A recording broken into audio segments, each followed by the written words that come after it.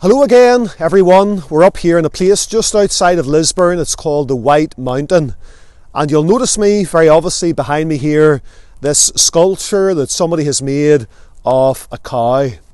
And as I was looking at it, it reminded me of a story in the Bible in Exodus chapter 32, which shows the deceitfulness of the human heart.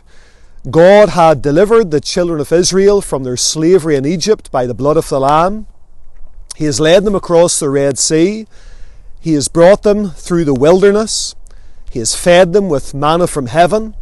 He has provided for all of their needs. He has led them by a pillar of fire by night and a pillar of cloud by the day. And then he has brought them to Mount Sinai, and he's met them there in a very special way.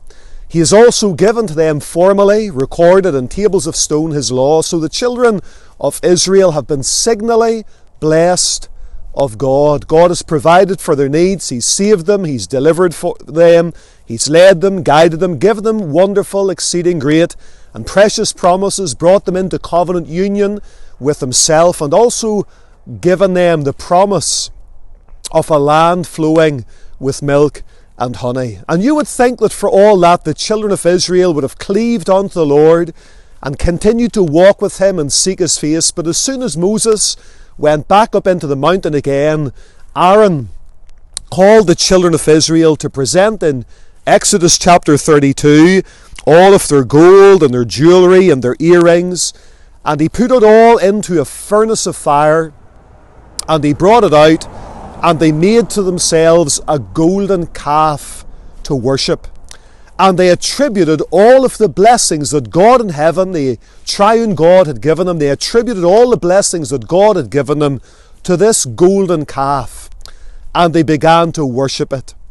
And then, of course, Moses came down from the mountain and was furious and filled with rage and anger, justifiably so, and challenged Aaron about what they had done. And they even tried to say that the calf had come out of the fire itself, and they almost absolved themselves of responsibility. But did you ever wonder why a golden calf? What was significant about a golden calf? Well, I'm just surmising here, but I think there are two things that we could consider. As the children of Israel made to themselves a golden calf and began to worship it and treat it like a god. And it's the same today. Gold speaks of prosperity. It speaks of materialism. And we are living in a very materialistic society. Even in the Church of Jesus Christ, there's a prosperity gospel now, and we look at God as being a very utilitarian God who is just there to provide for all of our needs, and we're looking for material wealth and prosperity, and sometimes we put those things before the Lord rather than seeking first the kingdom of God and labouring for treasures of worth and laying up treasures in heaven. We very often store up our treasures in this earth. It was a golden calf.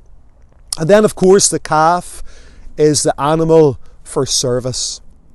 And we are living again in a world, even amongst professing evangelicals, where we merely want a God who can not only bless us financially and prosper us materially, but we also want a God like a calf who can serve us and serve our ends. Rather than us serving him and taking the lowly place, we nowadays spell man with a capital M and God with a small g. And we're looking for a God who can just serve us and meet our needs and help us through trial, help us through difficulty, bring us through the hard times, provide for our needs, and all the rest of it. And yes, God does bless his people. And yes, Jesus Christ is the servant king. But so often we denigrate God to being very, very small, just like a golden calf.